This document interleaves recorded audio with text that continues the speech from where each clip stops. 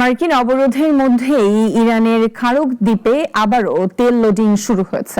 একই সময়ে হরমুজ প্রণালীর যৌথ ব্যবস্থাপনা নিয়ে ওমানের সঙ্গে আরো চূড়ান্ত পর্যায়ে রয়েছে বলে জানিয়েছেন ইরানের পররাষ্ট্রমন্ত্রী আব্বাস আরাকচি। কি হচ্ছে মধ্যপ্রাচ্যে জানাবো ডেস্ক রিপোর্টে। মার্কিন অবরোধের মধ্যেই ইরানের গুরুত্বপূর্ণ তেল টার্মিনাল খাগড়া দ্বীপে আবারও কাঁচা তেল লোডিং শুরু হয়েছে।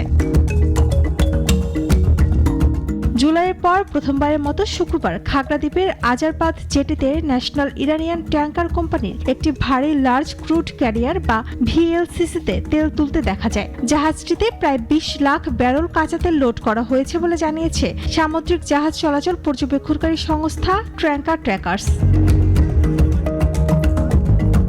খাগড়া ছাড়াও ইরানের অন্যান্য তেল টার্মিনালে ট্যাঙ্কার লোডিং কার্যক্রম অব্যাহত রয়েছে। ইরানের তেল উৎপাদন বর্তমানে অভ্যন্তরীণ পরিশোধনাগারের চাহিদা ও ব্যবহারের সঙ্গে সামঞ্জস্যপূর্ণ থাকায় অতিরিক্ত বিপুল পরিমাণ তেল রপ্তানির প্রয়োজন হয়তো হচ্ছে না।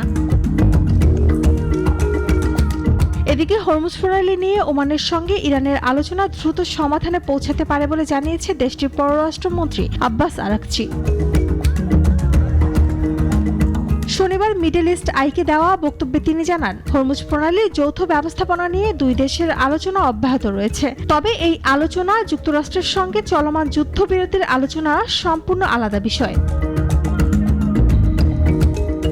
আরাকচির ভাষ্য অনুযায়ী জাহাজ চলাচলের জন্য হরমুজ প্রণালীর সামুদ্রিক পথ নির্ধারণ নিয়ে বর্তমানে দুই দেশের বিশেষজ্ঞ পর্যায়ে কারিগরি আলোচনা চলছে। এতে সশস্ত্র বাহিনীর সদস্যরাও যুক্ত রয়েছে এবং যে কোনো পরিস্থিতিতে তারাই এ বিষয়ে মূল সিদ্ধান্ত নেবেন।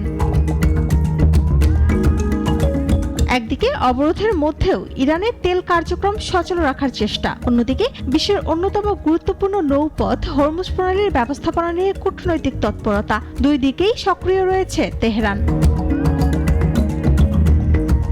শম্পা আক্তার, নাগরিক।